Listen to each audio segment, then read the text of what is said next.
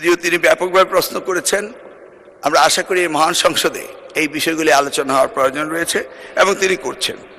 মূলত আমাদের দেশে শিক্ষা ব্যবস্থার জন্য রুরাল অ্যান্ড আরবান দুইটি সেকশন রয়েছে। এখন গ্রামীণ জনপদে যে প্রতিষ্ঠানগুলো রয়েছে সেখানে প্রি প্রাইমারি স্কুল রয়েছে এবং ছাত্র সংখ্যা এতটা কম্পিটিটিভ নয়, সে কারণে সেখানে ভর্তি সমস্যা তেমন একটা হচ্ছে না। ঢাকা শহরগুলোতে আমাদের এই প্রাথমিক স্তরে ভর্তির একটি সমস্যা রয়েছে। এই জটিলতা নিরসনের জন্য বিগত সরকার লটারি সিস্টেম করেছিল, যেটা আদৌ আমার মনে হয় না যুক্তিসঙ্গত।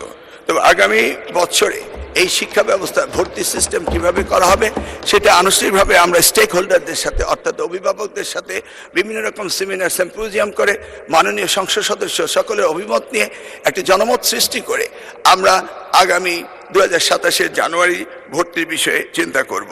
তিনি আরেকটি বিষয় উপস্থাপন করেছেন, আমাদের 3 ডাইমেনশনাল যে শিক্ষা ব্যবস্থা রয়েছে সেটাকে সমন্বিত করা। ধর্মীয় অনুভূতিতে এফতেদায়ী রয়েছে, মাদ্রাসার মধ্যে রয়েছে।